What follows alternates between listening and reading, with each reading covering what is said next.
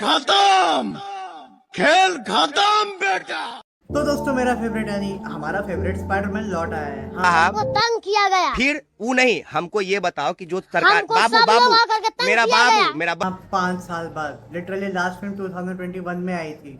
हाँ, मुझे पता है कि मैं इस पार्टी में लेट हूँ हर बार की तरह, लेकिन फिकर नॉट, वीडियो में आउटपुट आपको बहुत मस्त मिलने वाला है। तो इस वीडियो में हम लोग स्पाइडरमैन के जो दोनों ट्रेलर आए हैं, एक जो 2 महीने पहले आया था और एक जो अभी आया है, उस दोनों का एनालिसिस करेंगे, देखेंगे कि हमें क्या चीज़ें नई देखने मिल सकती है और क्या इन्होंने छुपाया है, और भी बहुत कुछ। तो वीडियो एंड तक देखना, लास्ट में मस्त थियरी पकाइए भाई। तो अब तक हमें क्या पता है कि ये मूवी जो है वो नो वे होम से 4 साल बाद टेक प्लेस करेगी और स्पाइडरमैन अब एडल्ट हो चुका है। हम भी किसका है पहला स्पाइडरमैन फिल्म है एज एन एडल्ट, कमेंट्स में बताना, क्योंकि मेरा भी है। तो फर्स्ट ट्रेलर की बात करें तो उसमें काइंड ऑफ हमें स्पाइडर प्यूबर्टी देखने मिलती है, यानी ये हो क्या रहा है मुझे? फिजिकली पीटर म्यूटेट हो रहा है, वो बहुत परेशान है, इतना लाइफ खराब हो गया, इतना लाइफ खराब हो गया। और उसे अब वेब के लिए मशीन की भी जरूरत नहीं है, जो कि अच्छी बात है, मगर उसके साथ साथ उसको और कौन कौन से चैलेंजेस फेस करने पड़ेंगे ये हमें मूवी में देखने मिलेगा।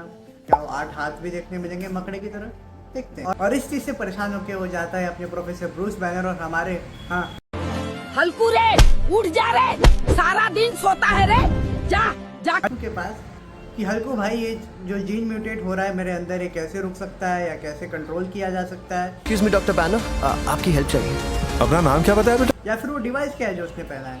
वो डिवाइस के बारे में कुछ खास आइडिया तो हमें मिला नहीं, बट एक क्लू ज़रूर मिला है कि हल्कू उसे बोलता है कि भाई जब ये डिवाइस उसके पास ना रहे उससे दूर ही रहना, जिसका कॉन्सिक्वेंसेस हमें सेकेंड ट्रेलर में देखने भी मिलता है। जी हाँ, मैं बात कर रहा हूँ हल्क ऐप की। और डिवाइस के डिस्क्रिप्शन में एक बात और आती है कि वो जीन म्यूटेशन को कंट्रोल करने में यूज़ होता है, तो पीटर को क्यों नहीं दे देता। फिल्म में देखेंगे। पिछली फिल्म की बात करें तो काफ़ी ज़्यादा ग्रीन स्क्रीन और सीजीआई पे रिलाई करती थी, जबकि इस फिल्म में हमें रियल स्ट्रीट लेवल एक्शन देखने मिलता है। इस वीडियो में हम कवर करेंगे कि हमें क्या क्या चेंजेस देखने मिल सकते हैं अगर हम पिछले 3 स्पाइडरमैन के ट्रायलॉजी को कंपेयर करें और इस मूवी को कंपेयर करें। तो सबसे पहला चेंज होगा इसका डायरेक्टर। जी हाँ, नया डायरेक्टर है डेस्टिन क्रेटन, और जिनको नहीं पता, इन्होंने शांग-ची भी डायरेक्ट की है। एमसीयू के एक्शन पीसेस को बहुत ज्यादा सराहा गया था, उसकी सीजीआई भी अच्छे थे और एक्शन कोरियोग्राफी भी अच्छी थी। अब ये देखना होगा कि स्पाइडरमैन के साथ क्या कमाल करते हैं, बढ़िया बनाना।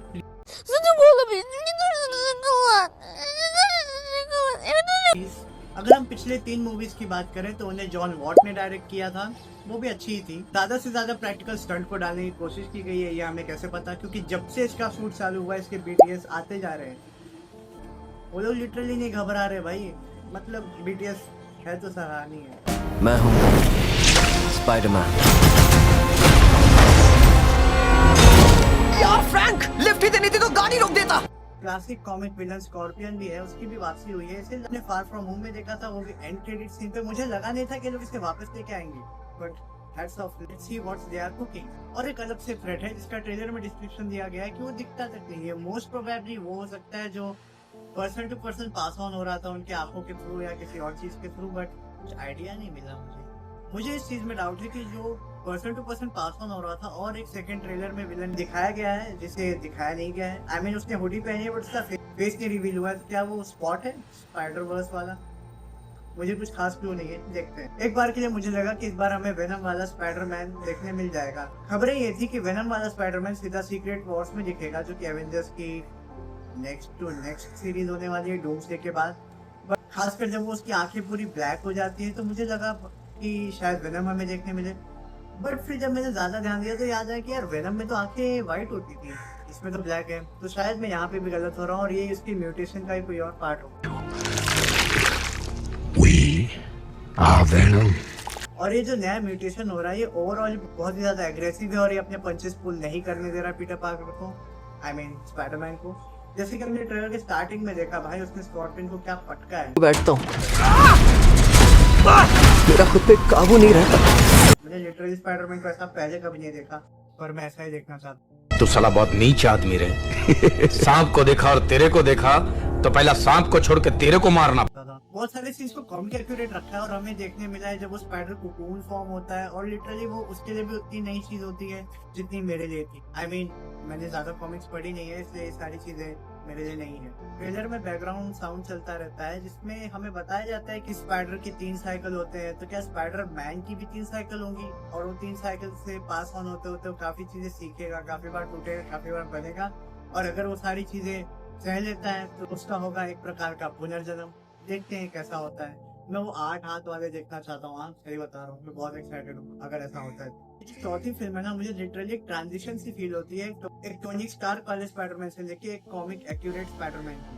मतलब क्यों नहीं, हिंदी भूल चुकी है, दोस्त अब साथ रहे नहीं, किसी को याद है नहीं, अकेला रहता है। I mean, अकेला रहता है, किराए का घर है पर किराया नहीं।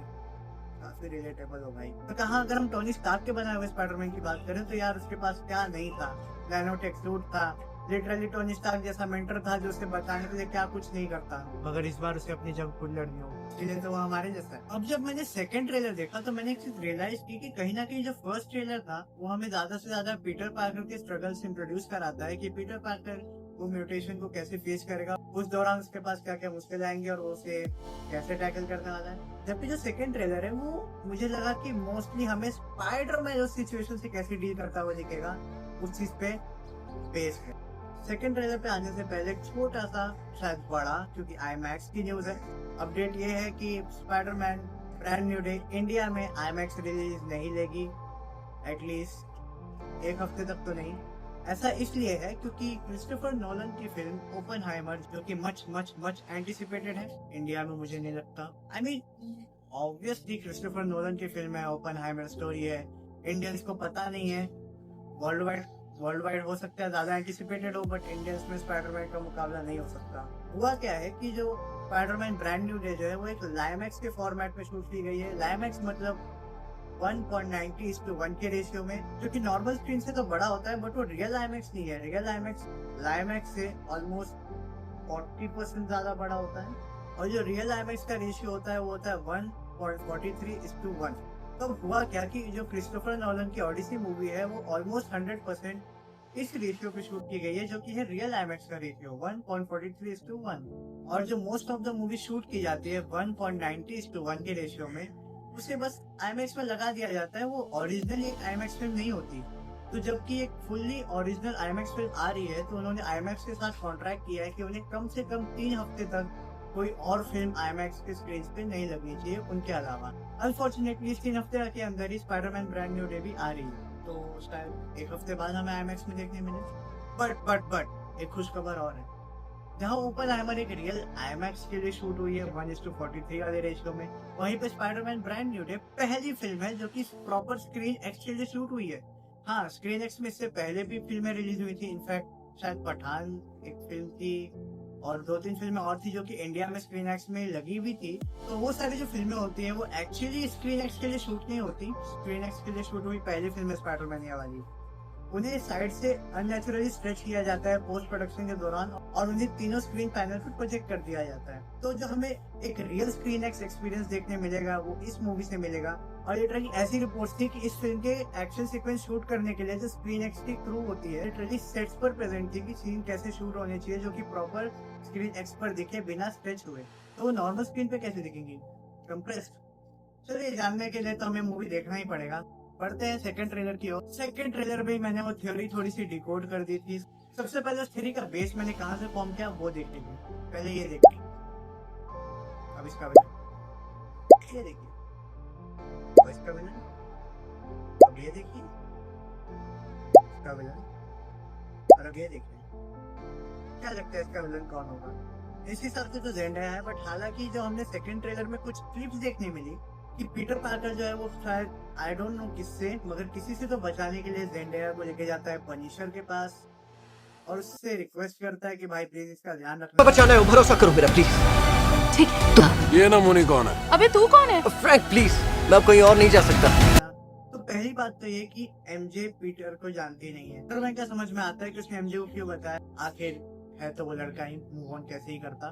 तो उसने नेट को क्यों नहीं बचाया? और जब एक सीन था जिसमें पीटर पार्कर वो नेट का बनाया हुआ पूरा वो जो उसने न्यूज़पेपर कटिंग्स और जो उसने स्ट्रिपिंग लगा के रखी थी वो देखता है, तो नेट ऐसा कर क्यों रहा है? क्या वो गॉब्लिन है? क्या हमें इस फिल्म में वो देखने मिल जाएगा या फिर वो ज़ेंडाया को नेट से ही बचा रहा हो? इसलिए शायद उसने नेट को नहीं बचाया, वरना वो लेके जाता दोनों को लेके जाता। आई होप तो। और जब वो लेके जाता है जेंडिया को पनिशर के पास, तो वो लिटरली पनिशर को बोलती है कि क्या तुम उसे लड़ने के लिए अकेले छोड़ दोगे? तुम उसे अकेले लड़ने भेज दोगे? मतलब ये हमदर्दी क्यों होनी चाहिए जब आप उसे जानते ही नहीं? कहीं ऐसा तो नहीं कि वो पनिशर को भगा के पीठ पीछे आड़ में कुछ और कांड करना चाहती हो? क्या लगता है आपको, क्या वो जेन्युइन केयर है या वो भी पोजेस्ड हो चुकी है? आपको क्या लगता है मुझे कमेंट बॉक्स में बताना। और हाँ, अब इसके जितने भी टीवी स्पॉट्स वगैरह आते रहेंगे, मैं कलेक्टिवली उन पे बात करूंगा। और ऐसे ही amazing movie, series, trailer, teaser के रिव्यूज के लिए देखते रहिए नीलेश की निगाहें और सब्सक्राइब भी कर लो।